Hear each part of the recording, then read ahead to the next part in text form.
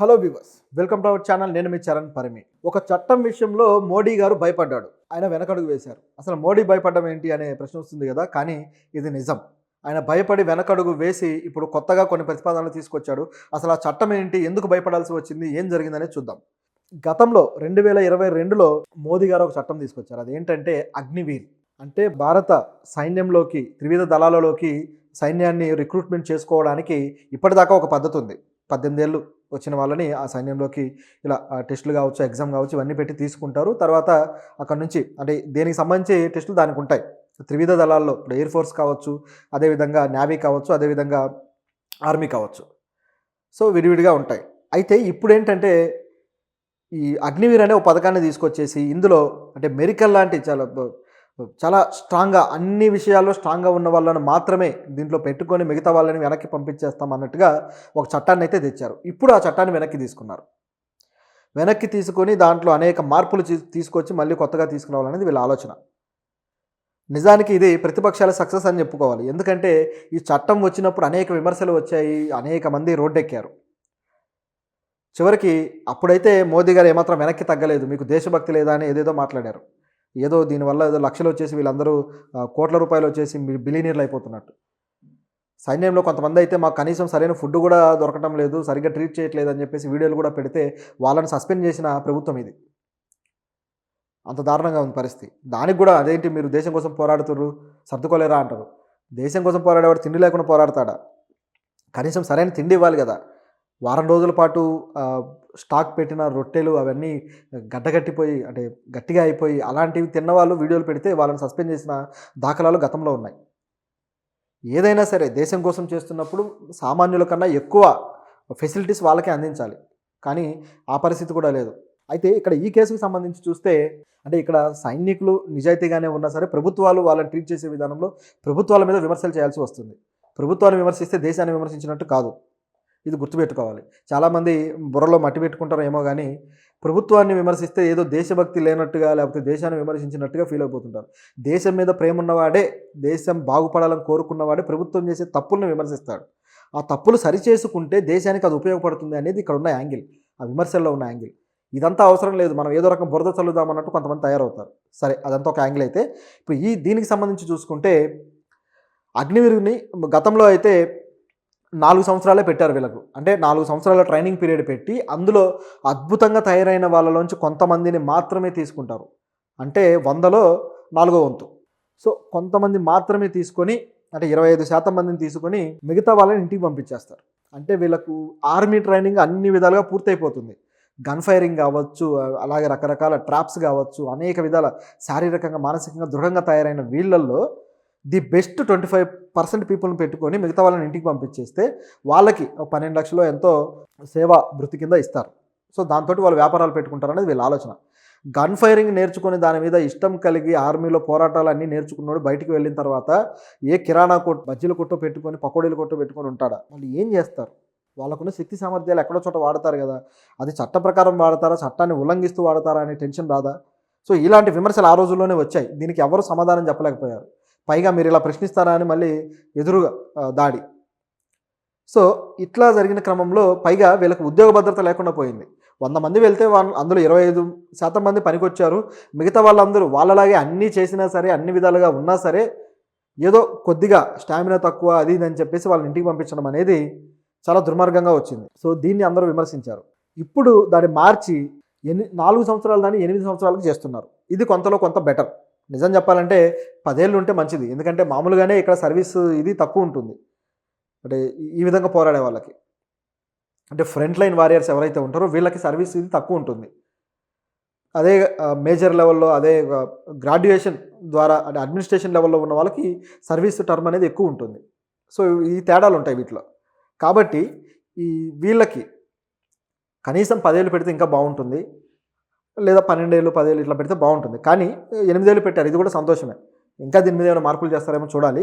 8 ఏళ్ల పాటు వీళ్ళకి ఆ శిక్షణ అదేవిధంగా వీళ్ళ సర్వీస్లో ఉపయోగించుకోవడం జరుగుతుంది. సో వీళ్ళకి శిక్షణ పరిధిని కూడా పెంచుతారు ఇంకా. ఎందుకంటే మెరికల్లా తయారైన వాళ్ళకి ఎలాగో ఉంటారు. సో ఇంకాస్త వెనకబడ్డ వాళ్ళకి ఇంకాస్త శిక్షణ పెంచుతారట. ఇదొక యాంగిల్. అయితే దీంట్లో మరొక మంచి విషయం ఏంటంటే దాదాపు 60 నుంచి 70% మందిని తీసుకుంటారట. అంటే ఇంతకుముందు 25% మాత్రమే ఉన్నారు. అంటే ది బెస్ట్ 25 తీసుకునేవాళ్ళు. ఇప్పుడు ది బెస్ట్ 70. అంటే 100 మందిలో 70% మందిని తీసుకుంటారు. సో మిగతా 30% మందిని మాత్రం ఇంటికి పంపిస్తారు. అయితే ఇందులో కూడా సిగ్నల్ అండ్ ఎయిర్ డిఫెన్స్, అలాగే ఇంజినీరింగ్ టెక్నాలజీ ఇలాంటి రంగాల్లో అయితే కనీసం 75% మందిని తీసుకోవచ్చు అనేది ఉంది. ఎందుకంటే వీళ్ళు ఆ ఫ్రంట్ లైన్ వారియర్స్ కాదు. అంటే వీళ్ళు అక్కడికి వెళ్ళి పోరాడరు. టెక్నికల్గా ఉంటారనమాట, టెక్నికల్ టీమ్. సో దీనికి కావాల్సింది నాలెడ్జి, అనుభవం. వీళ్ళకి అనుభవం ఎంత పెరిగితే అంత ఉపయోగం. నిజానికి వీళ్ళల్లో 100% తీసుకోవచ్చు. ఎందుకంటే అనుభవం, కొన్ని టెక్నికల్ విషయాల్లో అనుభవంతోనే ఎక్కువ పని అవుతుంది. కొత్తగా వచ్చిన వాడు 4-5 ఏళ్లలో నేర్చుకుని బయటకు వెళ్తే వాడు అనుభవం బయట ఉపయోగిస్తాడు. అదే ఇక్కడే ఉంటే ఇక్కడే దాన్ని ఉపయోగించి ఇంకాస్త బాగా వర్క్ చేస్తారు కదా. కాబట్టి ఈ విషయంలో వాళ్ళు ఈ ప్రతిపాదన 75% కాకుండా 100% తీసుకుంటే బాగుంటుంది టెక్నికల్ ఆస్పెక్ట్లో. అదేవిధంగా అనేక విషయాలు ఇప్పుడు టెక్నికల్ సర్వీస్ కోసం అయితే హయ్యర్ ఇండక్షన్ ఏజ్ కూడా మార్చారు. హయ్యర్ ఇండక్షన్ ఏజ్ ఏం మార్చారంటే, ఇంతకుముందు అయితే 17 సంవత్సరాల ఒక 5 నెలల నుంచి, అంటే 17 సంవత్సరాలు దాటిన తర్వాత నుంచి 21 ఏళ్ళ వరకు పెట్టేవాళ్ళు. ఇప్పుడు 23 ఏళ్ళ వరకు చేశారు.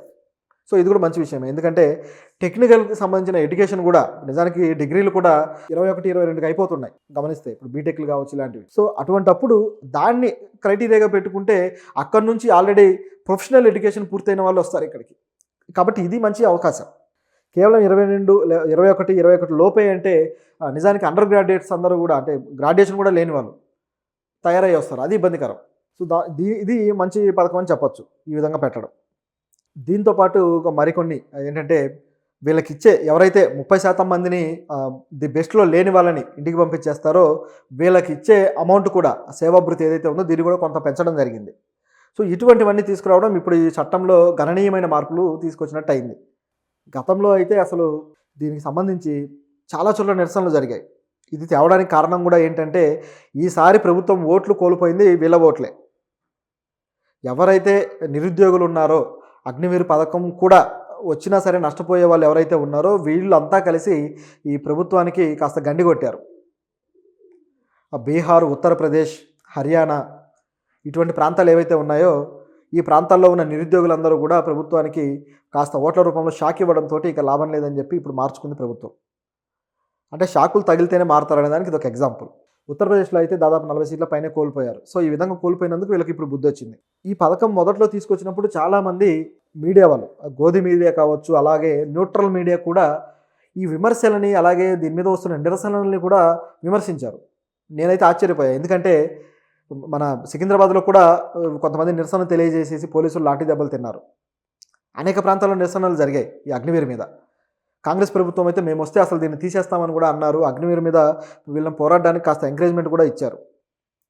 ఇప్పుడు మార్పు వచ్చిన తర్వాత మరి ఇప్పుడేమంటారో చూడాలి ఈ విమర్శించిన వాళ్ళంతా. మీకు దేశభక్తి లేదా ఎలా అంటారు? మరి బాగా పవరు, శక్తి సామర్థ్యాలు ఉన్న వాళ్ళే కదా అక్కడ ఉండి పోరాడాల్సింది. అంత శక్తి సామర్థ్యాలు లేని వాళ్ళు అక్కడ ఎందుకు? ఇంటికి వస్తే తప్పేంటి? మీరేమన్నా అక్కడికి వెళ్ళి సంపాదించుకోవడానికి వెళ్తున్నారా? ఇట్లా రకరకాలుగా మాట్లాడారనమాట ఈ అగ్నివీర్ని విమర్శించిన వాళ్ళ మీద. కానీ గమనించి చూస్తే అసలు యుద్ధాల తీరుతెన్నులే మారిపోయాయి. సాంప్రదాయ పద్ధతుల యుద్ధాలు చాలా కొన్ని చోట్ల మాత్రమే జరుగుతూ ఉన్నాయి. బయోవార్లు వచ్చేసాయి, ఆర్థికంగా దెబ్బ కొట్టడాలు వచ్చేసాయి, రకరకాల పద్ధతులు వచ్చేసాయి. ఇటువంటి క్రమంలో ఎంతమంది సైనికులు ఇట్లా ముందుకు వెళ్ళి యుద్ధాలు చేస్తారనేది డౌటే.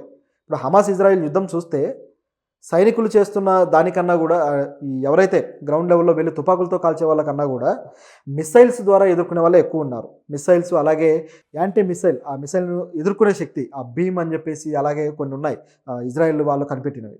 ఈ తరహాలో యుద్ధం జరుగుతుంది. హమాస్ లాంటి ఉగ్రవాద సంస్థ కూడా వందల సంఖ్యలో మిసైల్స్ను వదులుతూ ఉంటే ఇప్పుడు ఈ విధంగా వెళ్ళి యుద్ధం చేసే వాళ్ళు ఉన్నారా?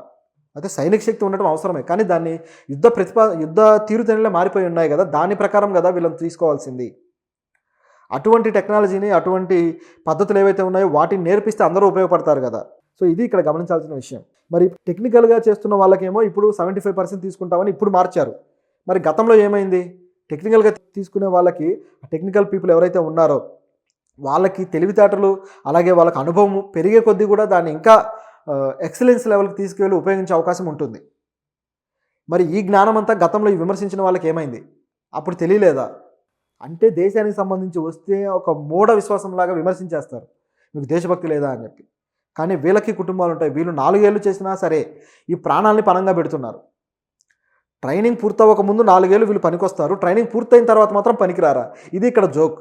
ఈ ట్రైనింగ్‌లో ఉన్నప్పుడు యుద్ధం వస్తే పోయి పోరాడాల్సింది మళ్ళీ ఎవరైతే ట్రైనింగ్‌లో ఉన్నారో వీళ్ళే. వీళ్ళని వాడతారు మళ్ళీ అక్కడ గ్రౌండ్ లెవెల్‌లో. అంటే సగం ట్రైనింగ్‌లో ఉన్నవాడు, సామర్థ్యం ఉన్నోడు వాడు యుద్ధానికెళ్ళొచ్చు. పూర్తి ట్రైనింగ్ పూర్తయినోడు వాడికి ఎంతో కొంత సామర్థ్యం ఉంటే వాడు మాత్రం పనికిరాడా? దీన్ని చూస్తే ఏమనిపిస్తుంది? సో, ప్రభుత్వము కేవలం ఉద్యోగాలు ఇస్తున్నట్టు నటించి వాళ్ళ ఉద్యోగాలను కొల్లగొట్టి చివరికి రోడ్డున పడేయడానికి డిజైన్ చేసిన ప్రోగ్రామ్ అని తెలిసిపోవట్లేదా? దీంట్లో చాలా లోపాలున్నాయి మాట్లాడితే. సో, ఇది పరిస్థితి. మొత్తానికి ఈ వచ్చిన ఏవైతే మార్పులున్నాయో వీటినైతే హర్షించాలి. దీనికోసం నిజానికి ఆర్మీ అయితే అంతర్గతంగా ఒక సర్వే కూడా చేసిందట. దీంట్లో ఏమేం మార్పులు రావాలి, ఏమేం చేయాలని సర్వే చేస్తే వాళ్ళు చెప్పిన మాటలు ఇవన్నీ. సో, దానివల్ల ఈ అమెండ్మెంట్స్ అన్నీ క్రియేట్ అయ్యాయి. ఇవన్నీ తీసుకురావడం జరిగింది. సో, ఆర్మీలో ఉన్న పీపుల్ ఎవరైతే ఉన్నారో ఆర్మీ సైనికులు వాళ్ళు చెప్పినవే ఇవన్నీ కూడా. బయట నుంచి మనం ఏదో చూసేసి దేశభక్తి అని చెప్పేసి లేకపోతే భారతమాతకి జై అంటే సరిపోదు. గ్రౌండ్ లెవెల్‌లో వాస్తవంగా ఏం జరుగుతుందనేది తెలియాలి.